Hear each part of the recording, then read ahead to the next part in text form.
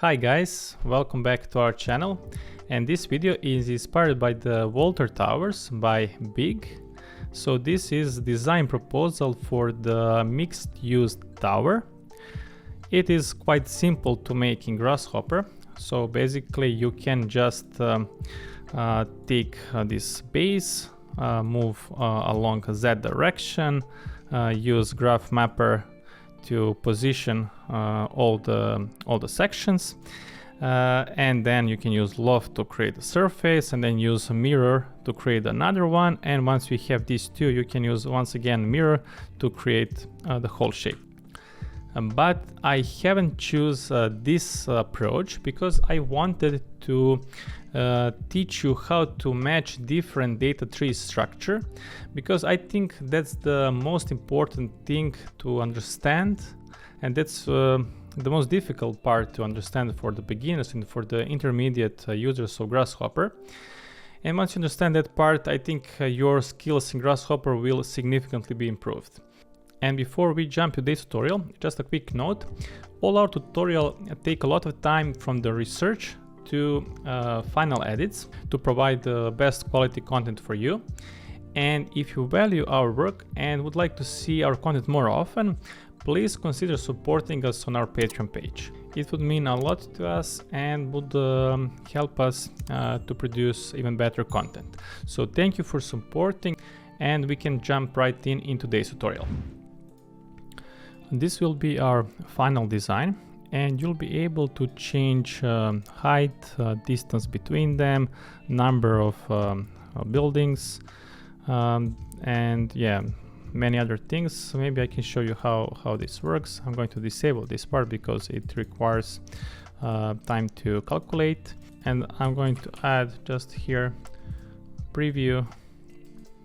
All right, so we'll be able to change the base dimension of each tower, then the number of towers by tweaking this slider.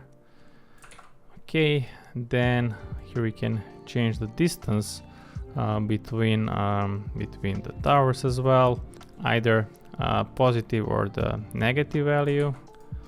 All right, then we'll be able to change the number of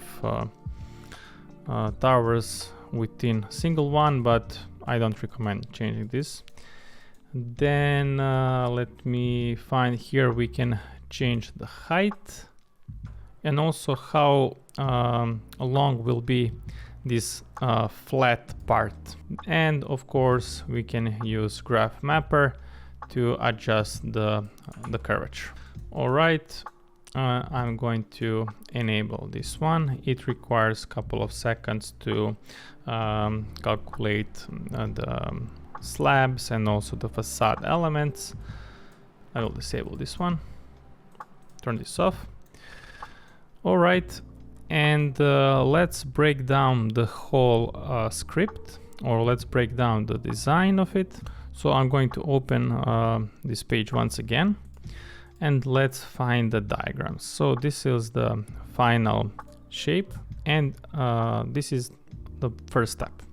So we'll start from the rectangular base, and we need to finish with something like this. So first, this rectangular shape need to be divided on two parts. As you can see here, this is part 1 and part 2. And then these two parts need to be divided on two parts. One go up in this way, another one in another way. Same logic with these two. So I'm going to leave the possibility, instead of 2, we can add as many divisions as we want. So instead of 2, we can, let's say, have 3 or 4. All right, let me do a quick sketch here to explain you the logic behind. So we'll start from this rectangular shape, right? And this shape will be divided in 3 parts. So this is part 1, part 2, and part 3. And you can see them right here, 1, 2, and 3, right? And they need to be moved. So the middle one will stay in the same position. The bottom one will be moved, let's say, somewhere here. And the top one will be moved somewhere here. And these two distances should be the same, right? And we'll, use slider to define them. Okay. Then, as you can see here, I'm going to choose another color.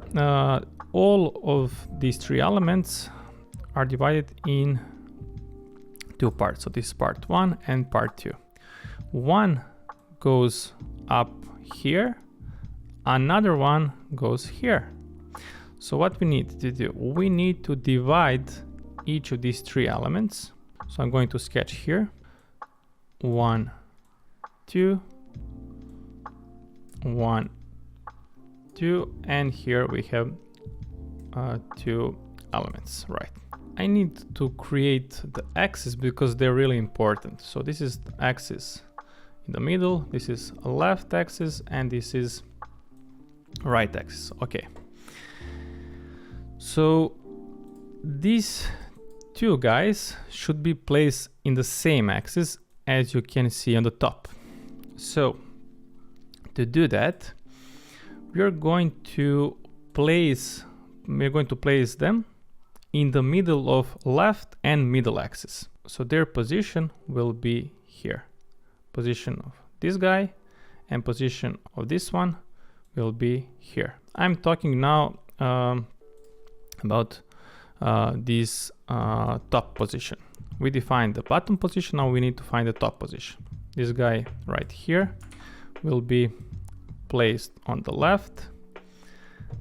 Then position of these two should be in the same axis. They will be placed here and here. And position of the top one will be moved on the right. So as you can see, let's focus now. This is A1, this is B1, this is A2, B2, and this is A3 and B3, right? So as you can see here, all of the A elements are moved on the left by the same distance, and all B elements are moved on the right from their axis. So yellow rectangles represent the bottom position, and cyan colored rectangles represent the top position, right? Once we loft these two positions, we'll get the tower. Okay, this was the logic behind, and now we're going to create it.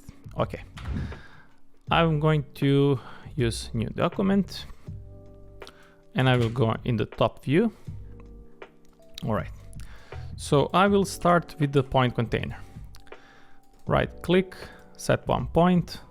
Okay, now this will be the origin of the initial rectangle that later on we need to divide. Okay, so I will use rectangle component.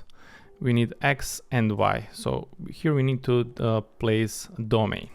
So I'm going to construct domain. Okay, X, and here we need to define domain. So if let's say we want to have the distance 32 for the X, we cannot place here 32. We need to place 32 divided by 2. I mean, we can place from 0 to 32, but then this will not be the center of the rectangle. If you want to keep this point as a center, we need to place the domain, and domain will be from -16 to 16, right? And we define one size of rectangle. So I'm going to create a slider. And if we say, let's say 32 will be A, we need to divide by 2. So I'm going to use expression X divided by 2. Okay, remove Y input. And one or the start of domain will be a negative value, and the end domain will be positive value. As a result, we get here from minus 16 to 16. So no matter which number we place here, this will be the center. And for the another direction, we can use the same logic.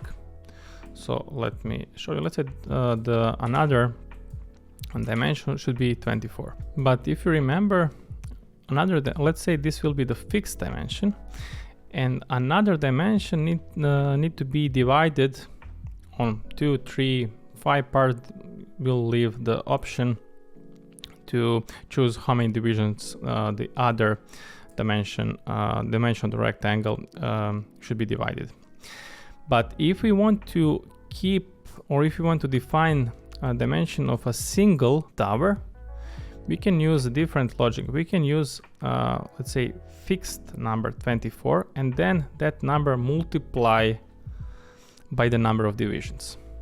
So I can use 24, and now I'm going to multiply this dimension by the number of divisions. So let's say from 1 to 10, I will use number 3, so 3 divisions we will have.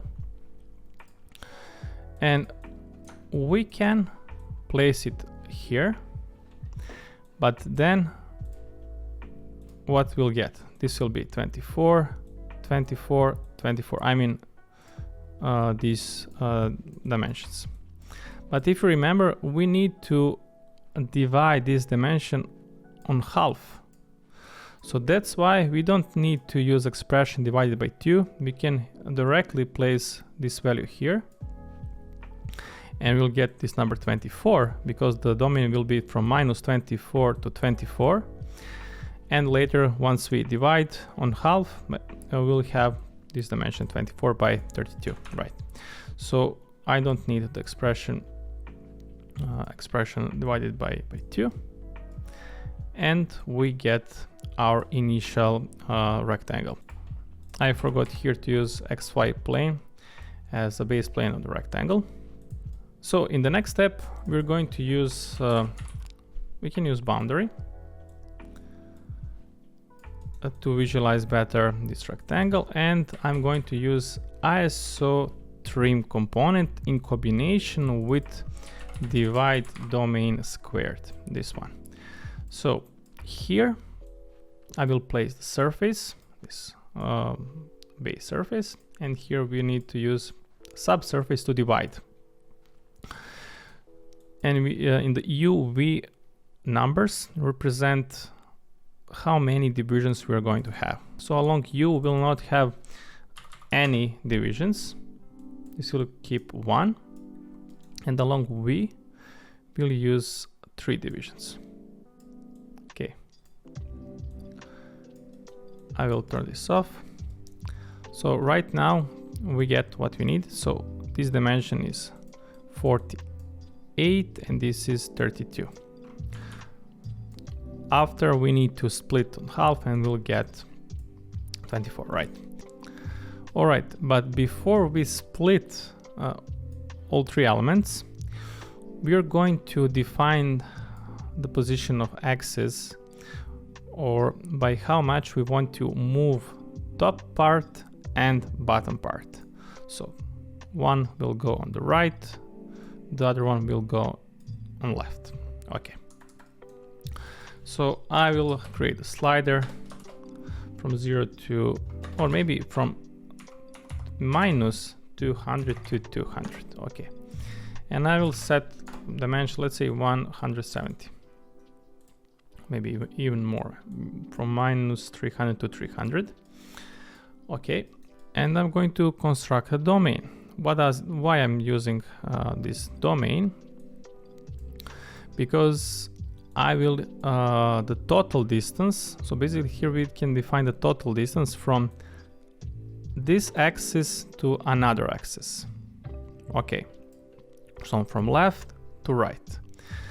The in total will be 170.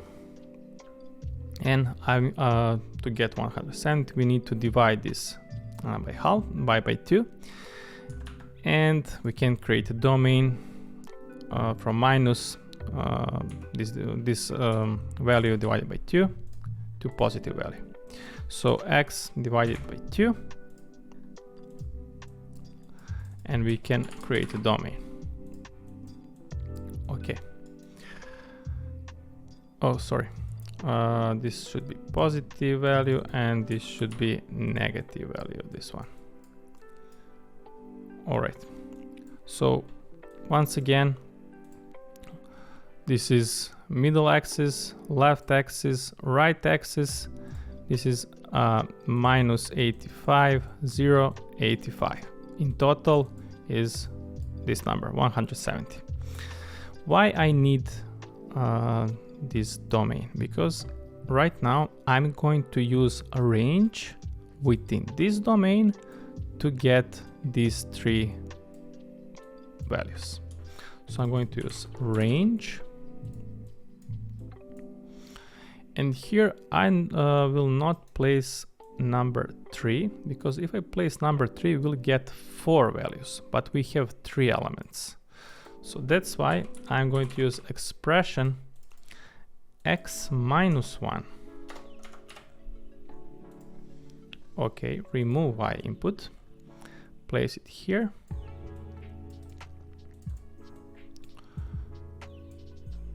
Okay, and this number I will use to set the number of equally distributed values within this domain. All right, so we need to move the first item by minus 85, and the second one will stay in the same position, and the third item in the list will be moved by 85. But now we need to choose the vector. So the vector we can find from this base plane. So I'm going to deconstruct this plane, and red color represent x-axis, and the green color represent y-axis. Okay, so we need x. So I will use amplitude, and here we have the value of the vectors, and let's use move to move these subsurfaces. All right, let's turn this off. So you can see with this number we can set the position of these rectangles. I will set to 170 as it was. Now we can use once again subsurface to divide each element by 2. I'm going to use subsurface, basically the same logic as we have here. But instead of using 3, I will set the slider and I will set 2. So I want to divide each element by 2. And this is really important part. Inside this list we have 3 elements or 3 items. And if I use the same logic, you'll get the warning message. Once we place each surface inside divide domain, we'll get 3 different domains spread in 3 different branches. Okay, you can see it here. But what we need to do, these 2 data trees don't match, because here we have a single branch with 3 items. So that's why we need to graft each surface, or to place each surface in a different branch.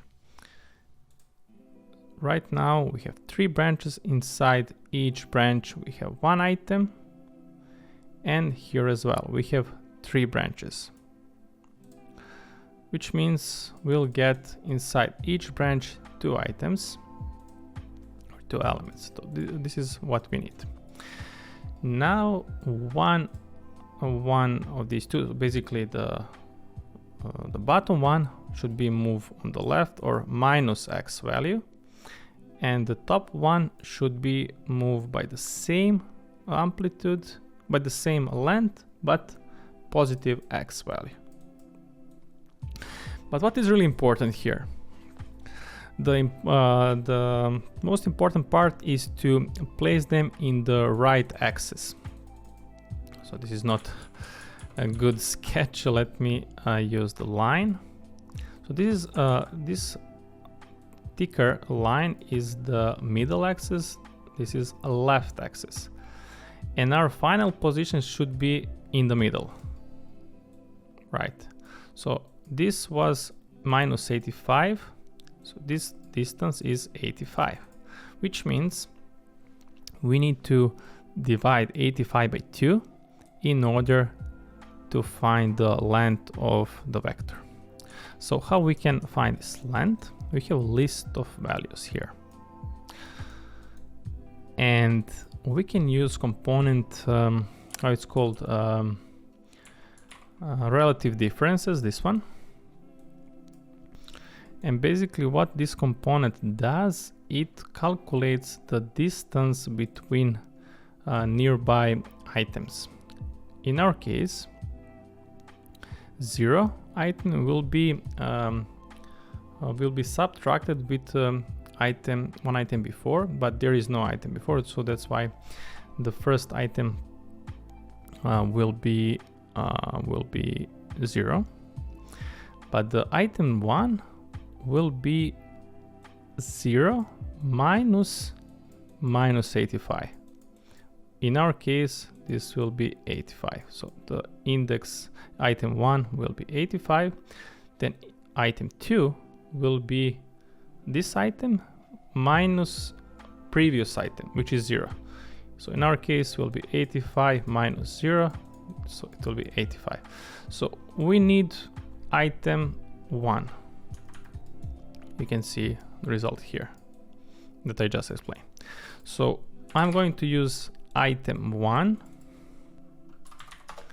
Okay, and this value I'm going to divide by 2. So I will use expression. Maybe I already have it here.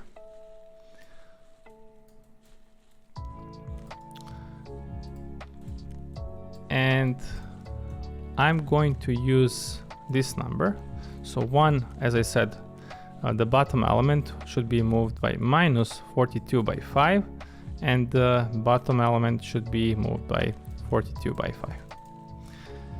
Okay, so that's why, once again, we can create a positive and a negative value and move these guys. But it's not enough just to move them, because we need to have all these in between positions of the rectangle in order to create curved shape of tower. So that's why I'm going to create equally distributed values from minus 42 by 5 and here 42 by 5.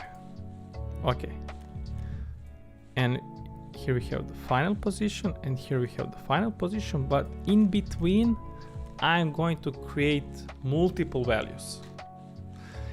So this will be the first position, and then here we'll create multiple values until we reach this position. Then all these rectangles later we are going to place on a right height, and then later we can use a loft to create solid shape. Now we need to create equally distributed values. For that I will use range, but for range we need to know the domain. Now we need to be careful what will be the starting position of a domain and what will be the end position of a domain. If you remember, these positions are on the bottom, and the top positions will be here. So I'm going to do some sketch here. once again.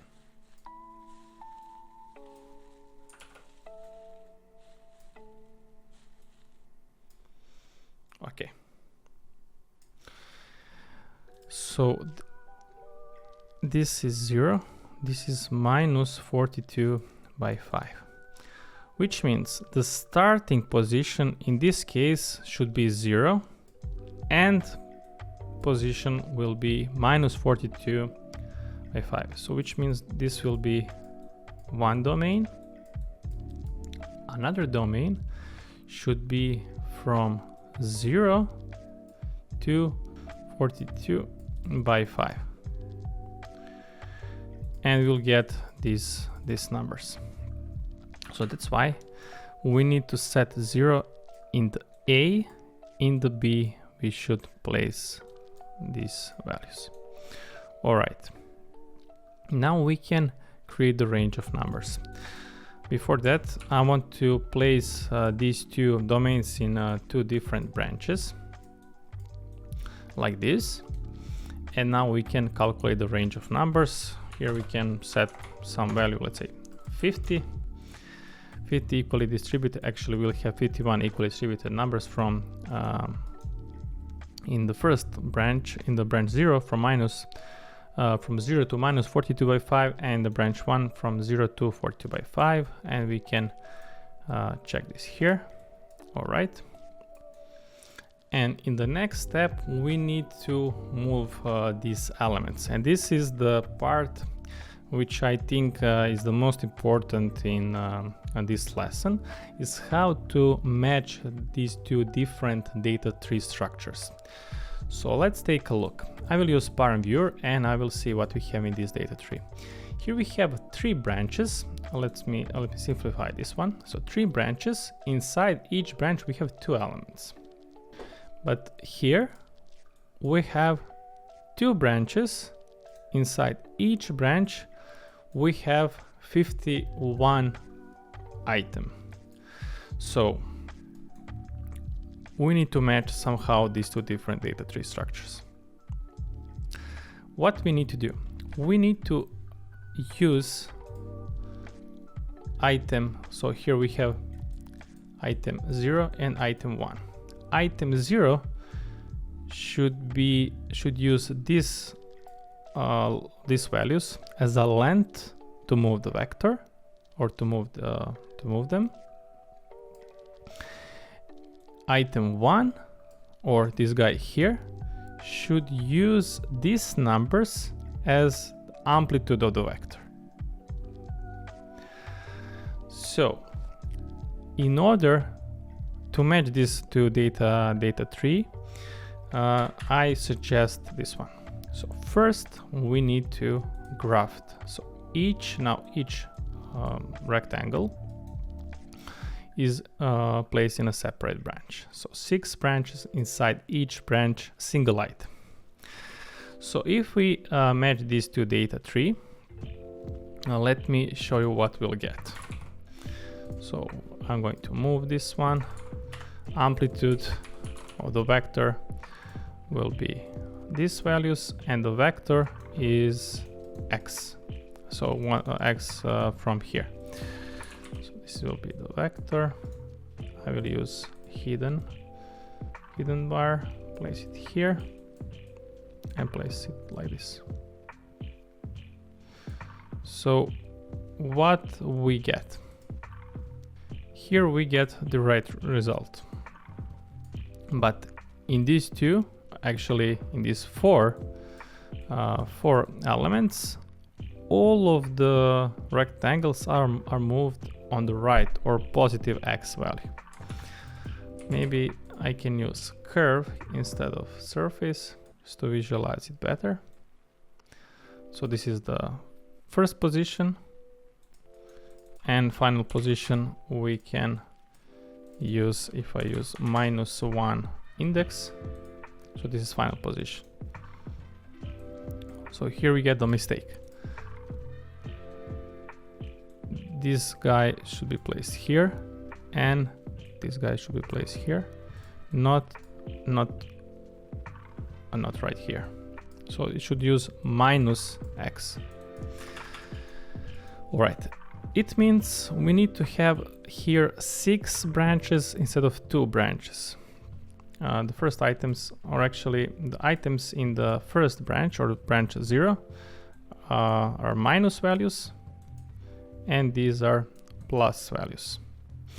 So what we can do, we can repeat these branches. So minus x, x, minus x, and x. But how many times these branches should be repeated? So they should be repeated as many numbers as we have branches here. So I'm going to use 3 statistics, or we can directly use from the parent viewer. So I need to know the length of the branches. I like 3 statistics because here we get the number of paths and the branches in a tree. Okay, so number 6, right? So 6 times we need to repeat these branches. We can use parent viewer, or you can use once again 3 statistics, and in the p or path we have the same value. Okay, so I'm going to use component repeat data, this one. So this is data to repeat, and here we have the length of final pattern. What we get in output, we get 0, 1, 0, 1, 0, 1, so 6 elements.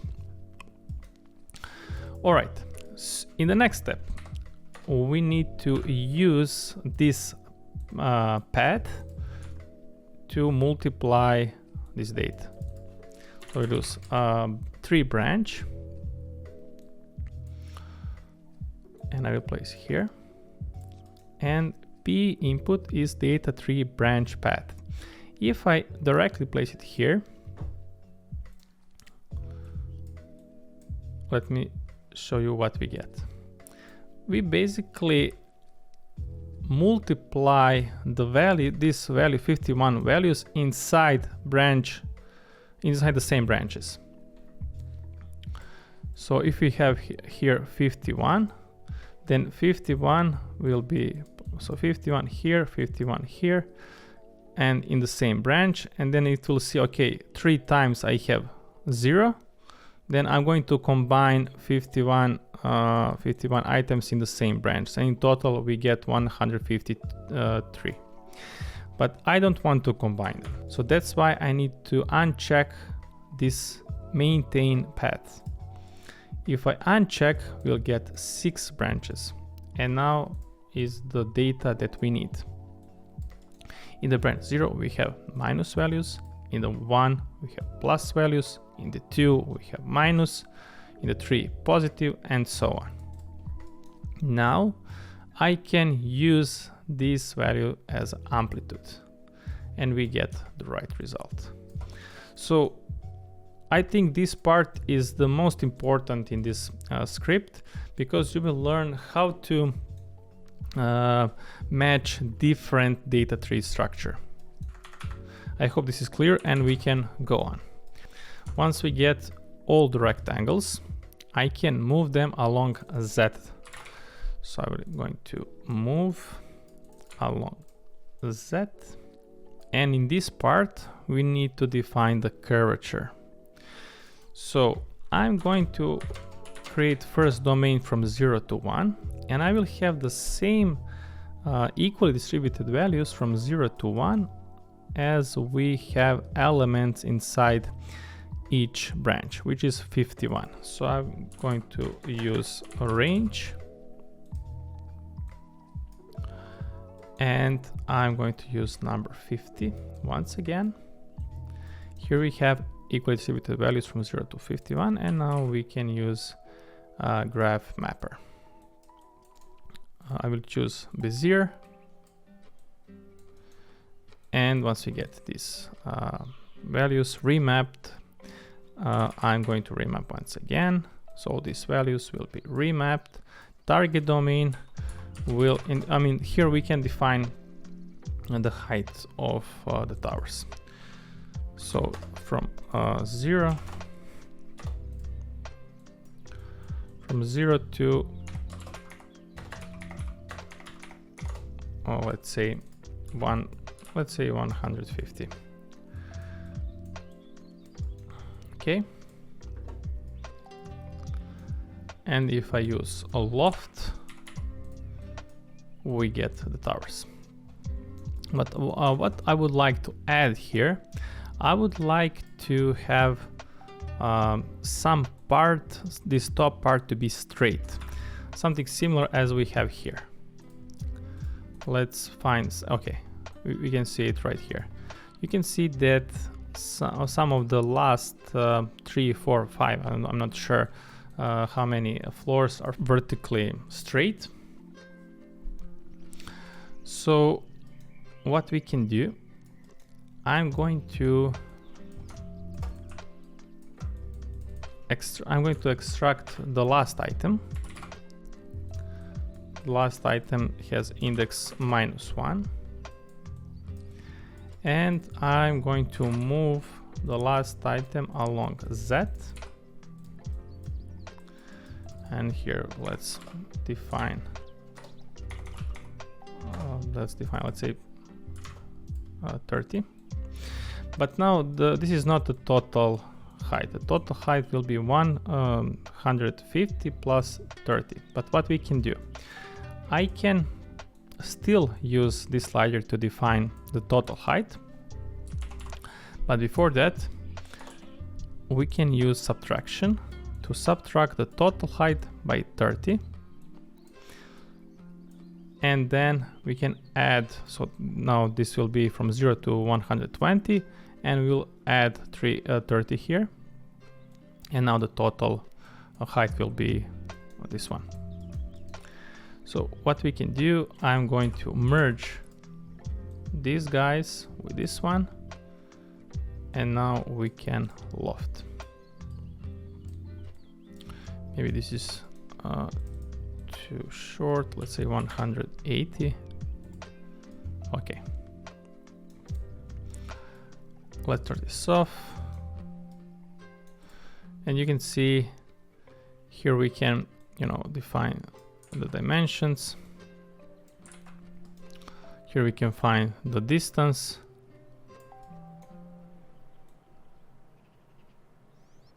All right.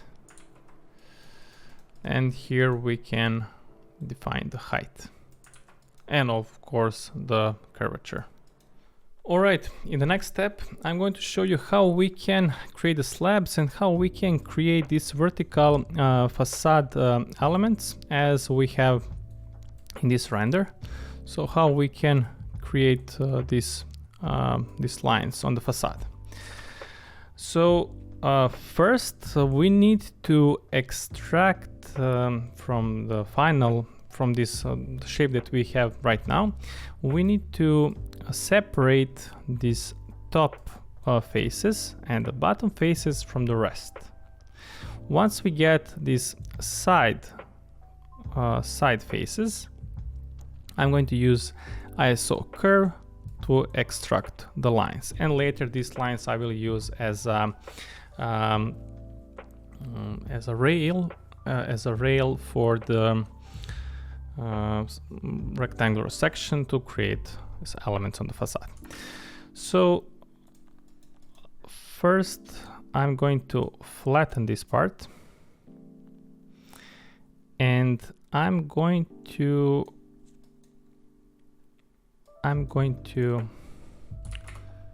cap the holes, but we already have here these sides without the top and bottom part.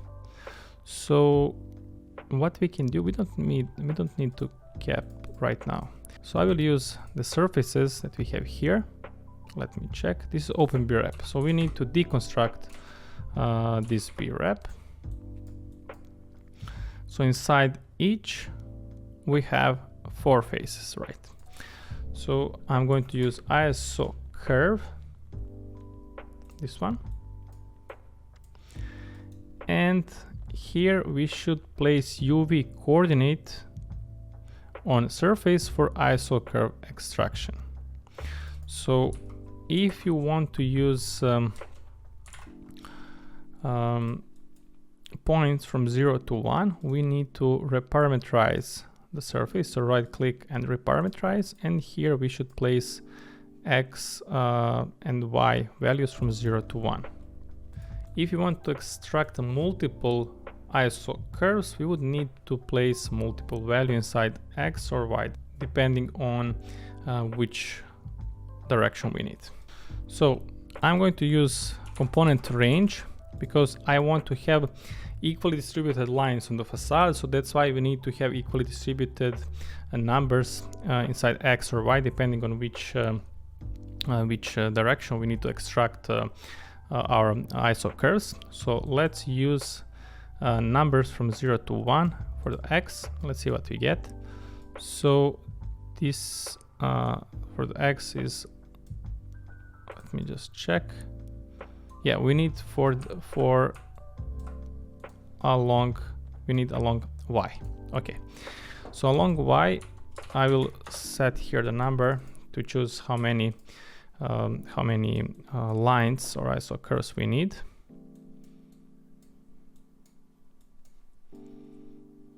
You can see the problem here, because inside each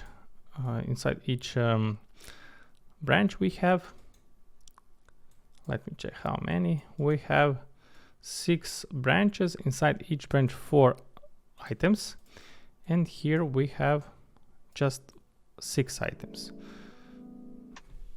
So to find the ISO curves based on these UV coordinates, for each one we need to craft. So each surface should be placed in the separate branch, and we get the result that we need. All right, and here you can choose the number of ISO curves you want to extract. So let's say number 8 is fine, and I'm going to flatten this list. Once we flatten the list, I want to remove overlapped curves. So overlapped curves will be in the corner. So to remove overlapped curves, we can extract the middle point of each curve, and we can use cal duplicates. And I don't want to have ISO curves in the corners. So that's why here I will choose if there is overlap. So we have if we have overlapping curves in the corner, remove or cal all. So we will use cal all, and here we have the index map of called points.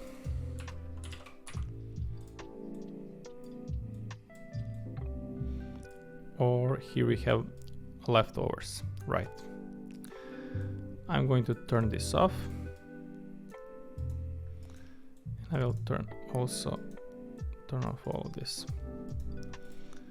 All right, so these curves I will use as a rail to create these facade elements. So I can use sweep, but sweep is kind of slow component, so we need to find another way. So what we can do, I can extract.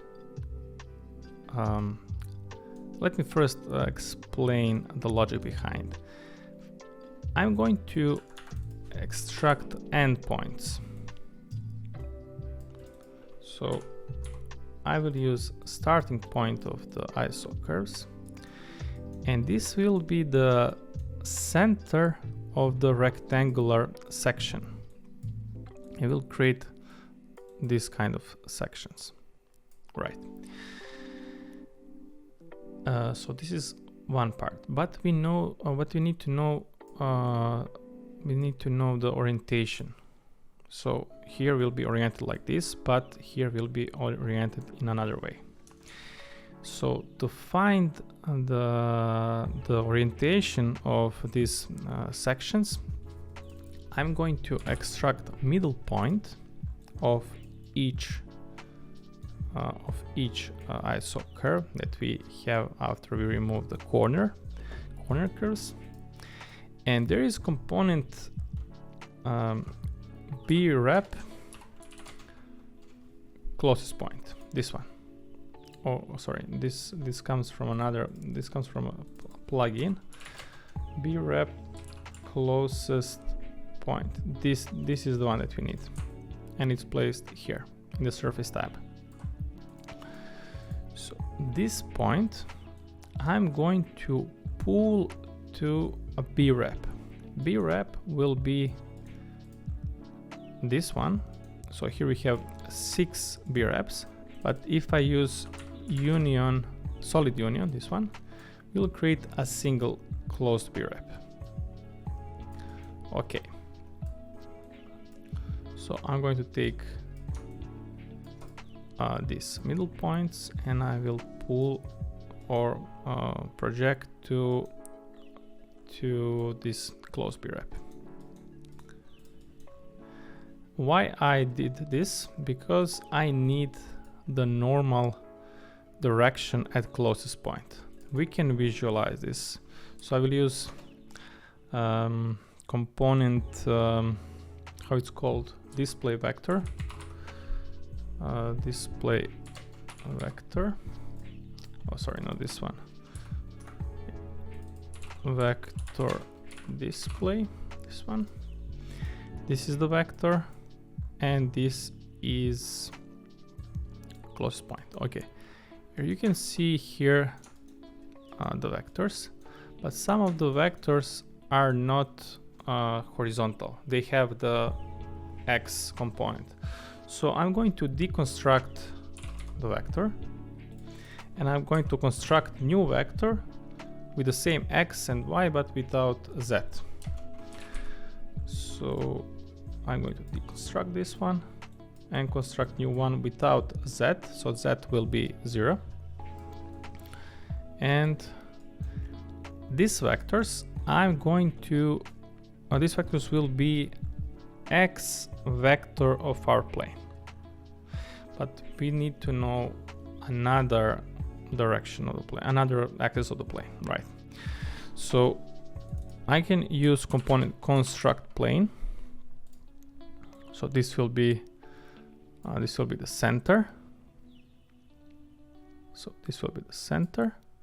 This will be the X, but we don't know how to position or what will be y-axis or y direction. What I like to do in these cases, I can create a plane which will have same origin, same x, but y will be unit x. And from here I can construct a new plane. New plane will have, this will be the x of a new plane, but now we know that the y of the plane that we need is perpendicular vector to this plane or z-axis. So I can deconstruct this plane and construct a new one and construct plane. So x and then y will be z.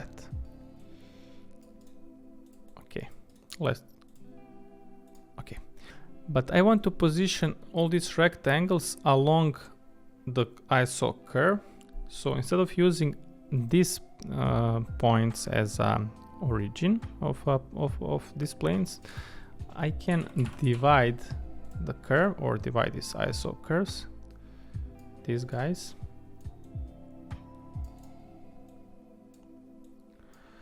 Can divide this one, and here we can, set the number of divisions. In this case I will set, let's say, 50. Now it's really important to have the same data data structure.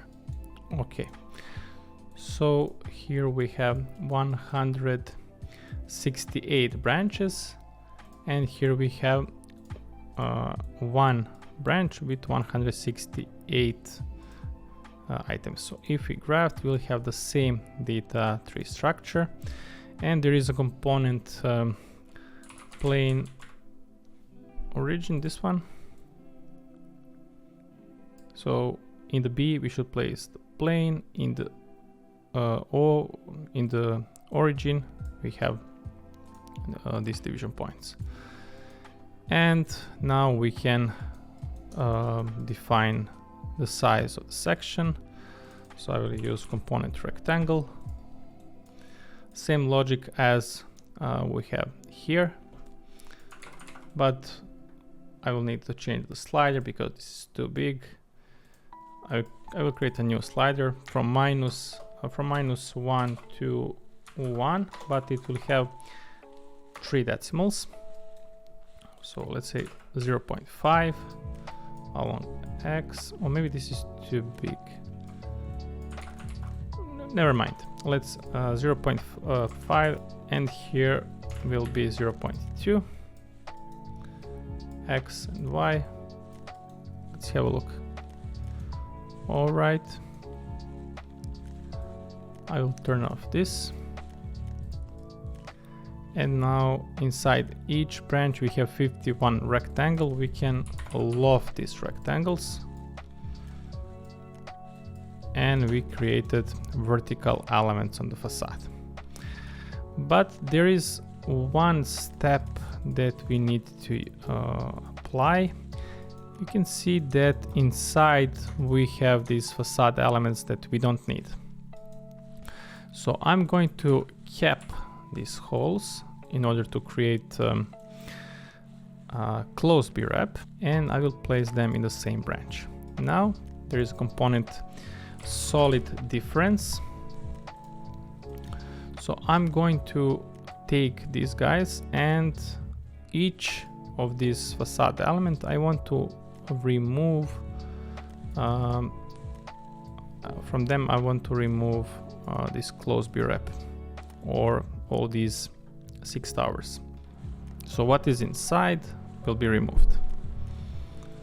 Let's turn this off, and here we have the facade elements without this thing inside.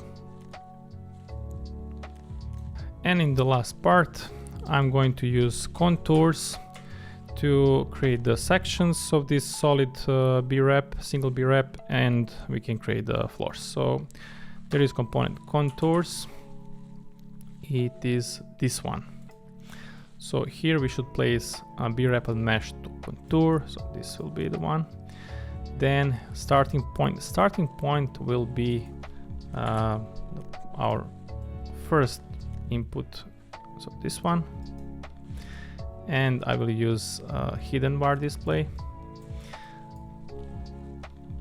Contour normal direction will be Z, and distance between contours we can set here. Let's say number 4, and we get the contours. What I don't like here is that we have two rectangles instead of one here on the bottom. So you can see here. What we can do to avoid that, we can use merge, let me see, merge all faces, this one. So let me see if this will fix the problem. Okay, now it's fixed. We don't have two rectangles on the bottom, and we can extrude, or maybe first we can offset inside and then extrude. So I will use offset command. Here distance should be negative because we want to offset inside. I want to offset by 0.2. Once we offset inside, I'm going to use component. Maybe first we can create a surface. So boundary surface from each section, and now we can extrude along that.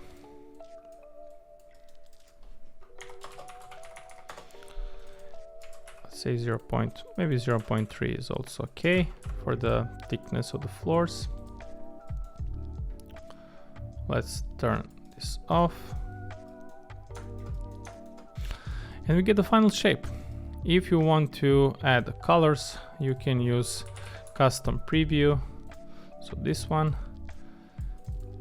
And you can set material. I will simplify, I will just use color swatch. Place it here, turn off this one. And the same logic for the these facade elements. Let's use it more dark color. And for the facade, or actually for this one here, I will turn this off and I will use transparent material. Okay, this is our final shape, but I want to show you something more. On our Patreon page you can find extended tutorial. So I'm going to enable this geometry to see what you expect to find in the extended video. So let's zoom in here. So this is the model that you can find on our Patreon page, and also of course extended video how to make this one, and it is based on our previous model or the example that I show you here, but I used this element to position it on the facade and to get this kind of wavy facade element. I think it's a bit interesting, and you will see some super cool trick how to create these floors, because we haven't created this by section. We use some other methods, so I hope you will like it. And I want to say that we're really passionate about creating these Grasshopper and Rhino tutorials, and I hope they help you to enhance your Grasshopper and Rhino skills. If you see the value in what we do and would like to see the content more often, please consider supporting us on Patreon. Your support, no matter how big or small, would make a huge difference in our ability to create better content for you. And in this case, you will get extended video and project files. I understand that not everyone is able to support us on Patreon, but that's perfectly okay. Just watching this, liking, sharing, and leaving a comment is already a huge support, so thank you for that. And yeah, I hope you enjoyed this one and you learned something new, and see you in the next one. Bye.